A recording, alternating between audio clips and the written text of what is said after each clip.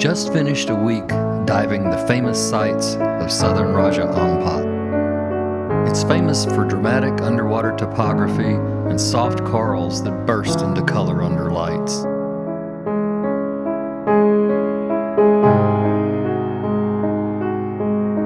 Rich and varied marine life are stunning.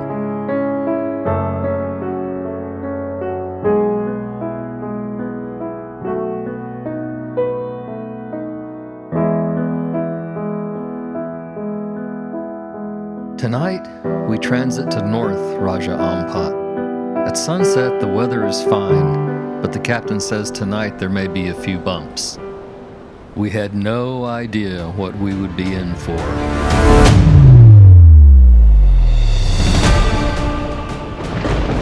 After a night of pounding from heavy seas, we are off course, anchored in an unknown secluded bay, and making repairs.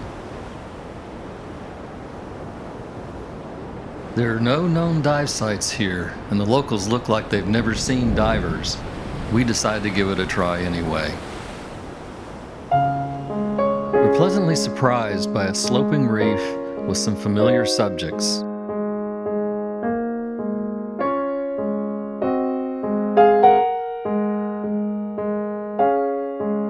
But this unknown secluded bay seems different. It's almost like a nursery. Eggs, babies, and juveniles are everywhere.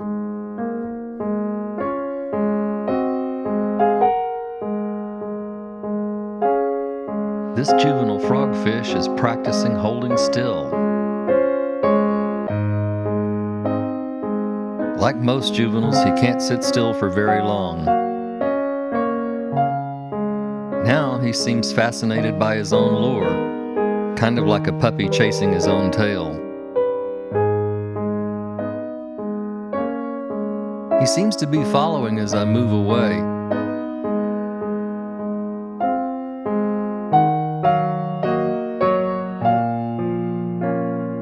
On later dives nearer shore, we find an endless parade of nudibranchs, worms, and sea slugs.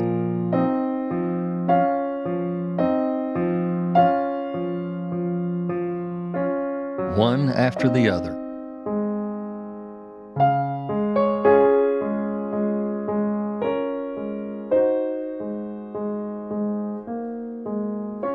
They range from large to small, common to exotic.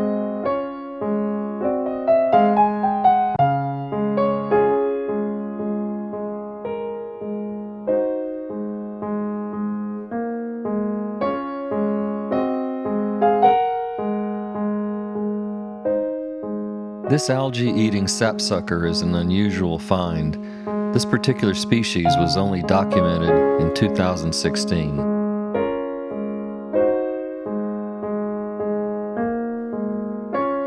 We saw exotic coloration, body features, and behaviors such as the rotating bronchia on this individual.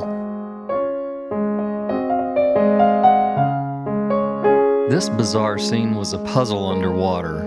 After viewing the video, it appears to be a small snail munching on an anemone, or maybe the other way around.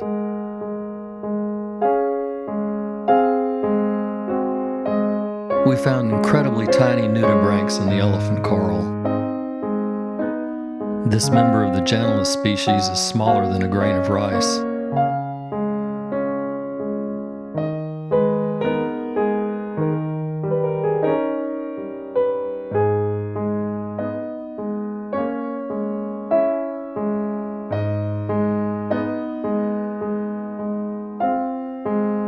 These are just a few of the delights we found in Treasure Bay that day. We left with nothing but smiles, and of course, GPS coordinates. I've given a few clues about Treasure Bay, but here's your treasure map in case you want to find it.